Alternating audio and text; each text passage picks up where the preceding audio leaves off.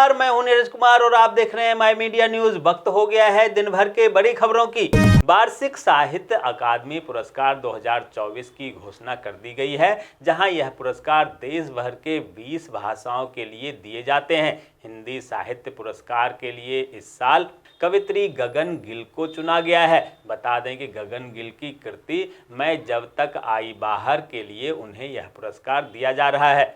PM Narendra Modi ने गृह मंत्री अमित शाह द्वारा डॉक्टर अंबेडकर का अपमान करने वाले कांग्रेस के काले इतिहास का पर्दाफाश किया, जहां प्रधानमंत्री ने आरोप लगाया कि पंडित नेहरू ने बाबा साहब अंबेडकर के खिलाफ प्रचार किया था, उसे वे छिपा नहीं सकते। एक वंश के नेतृत्व वाली पार्टी ने अंबेडकर की विरासत को मिटाने की कोशिश की थी।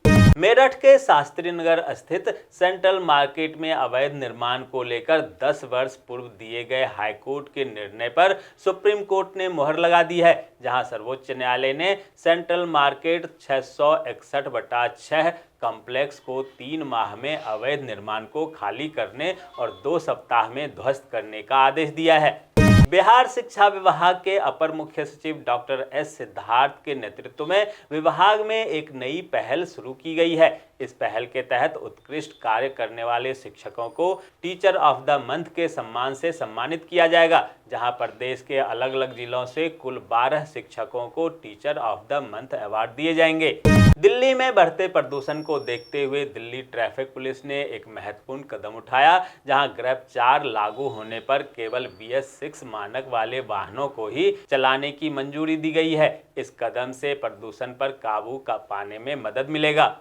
किसान आंदोलन के चलते किसानों ने आज रेल रोको चक्का जाम धरना प्रदर्शन दिया, जहां लुधियाना की तरफ से आने जाने वाले ट्रेन को रोक दी गई, जिसके कारण लुधियाना रेलवे स्टेशन पर 5 और डंडारी रेलवे स्टेशन पर 1 ट्रेन खड़ी रही।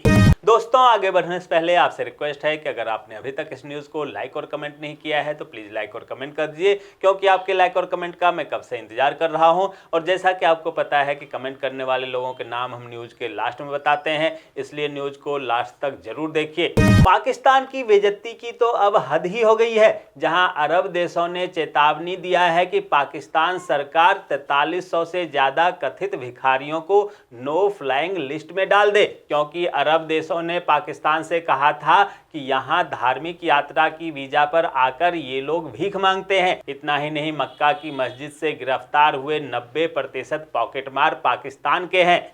भारत के राष्ट्रीय सुरक्षा सलाहकार अजीत डोभाल और चीन के विदेश मंत्री यांग यी ने LAC पर शांति के प्रबंधन और पूर्वी लद्दाख में सैन्य गतिरोध के कारण 4 साल से अधिक समय से जमे हुए द्विपक्षीय संबंधों को बहाली सहित कई मुद्दों पर चर्चा की, जहां चीनी विदेश मंत्री ने कहा चीन भारत के साथ मिलकर काम करने को तैयार है।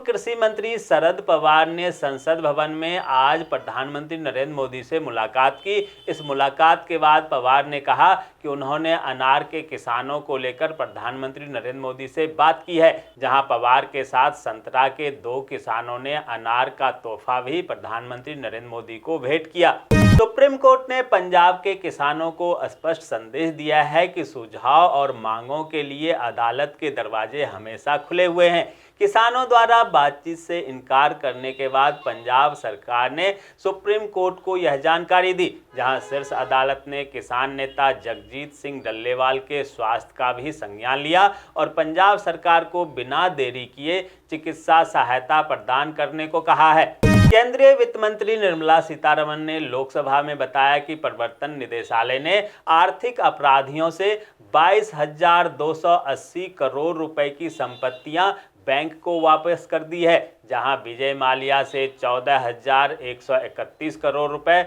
और नीरव मोदी से 10,052 करोड़ रुपए की संपत्ति वापस की गई है। वहीं मेहुल चौकसी मामले में 2,565.90 करोड़ रुपए की संपत्ति जब्त की गई है, जिसे नीलाम किया जाएगा।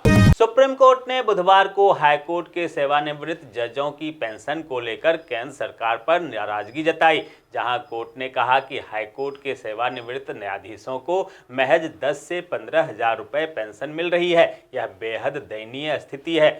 पश्चिम बंगाल की मुख्यमंत्री ममता बनर्जी ने दावा किया है कि केंद्रीय गृह मंत्री अमित शाह द्वारा राज्यसभा में वी.आर. अंबेडकर के बारे में की गई टिप्पणी सत्तारूढ़ भारतीय जनता पार्टी की जातिवादी और दलित विरोधी मानसिकता का प्रदर्शन है। यह उन लाखों लोगों का अपमान है जो मार्गदर्शन और प्रेरणा के लिए अंबेडकर की ओर देखते हैं।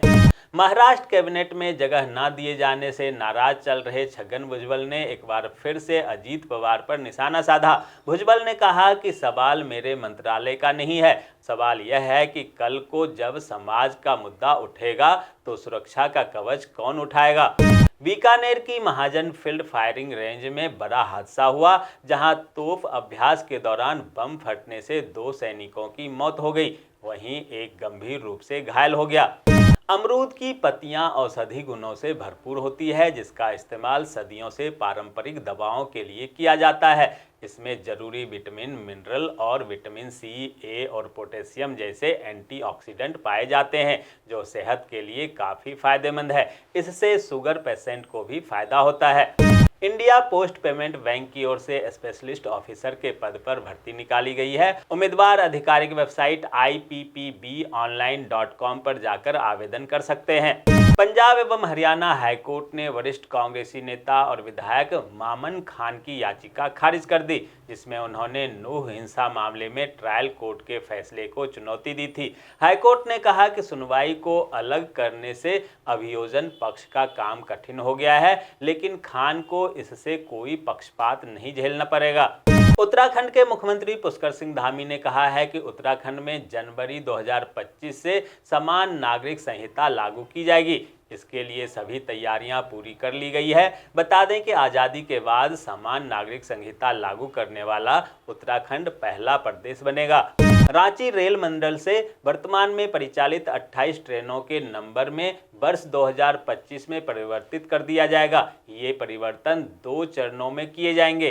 पहले चरण के तहत 1 जनवरी से और दूसरे चरण के तहत 1 मार्च से ट्रेनों के नंबर परिवर्तित किए जाएंगे। छत्तीसगढ़ में कांग्रेस पार्टी ने गौतम अडानी और मणिपुर हिंसा पर पीएम नरेंद्र मोदी की चुप्पी को लेकर भाजपा के खिलाफ विरोध प्रदर्शन किया, जहां राजधानी रायपुर में पीसीसी चीफ दीपक बैज के नेतृत्व में कार्यकर्ताओं ने घरी चौक से राजभवन तक मार्च निकाला। मध्य प्रदेश विधानसभा के शीतकालीन सत्र में बेरोजगारी की समस्या की ओर ध्यान आकर्षित करने के लिए विधानसभा के नेता प्रतिपक्ष उमंग सिंगार चाय की केतली लेकर पहुंच गए। इसके अलावा कांग्रेस के विधायक महेश परमार ने शराब घोटाले का आरोप लगाते हुए शराब की खाली बोतल की माला पहनकर ध्यान अपनी ओर आकर्षित किया।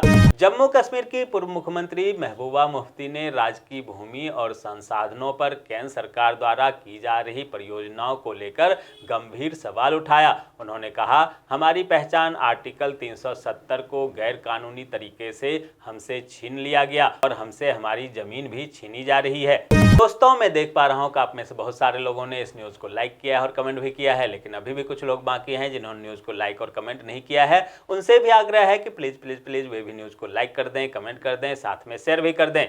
तो ये थी दिन भर की बड़ी खबरें। ऐसे ही खबरों से अपडेट रहने के लिए चैनल को सब्सक्राइब कीजिए, नोटिफिकेशन बेल को दबाइए, वीडियो को लाइक कीजिए और ज़्यादा से ज़्यादा शेयर कीजिए, ताकि आप और आपके जानने वाले रह सकें देश और दुनिया के तमाम खबरों से अपडेट।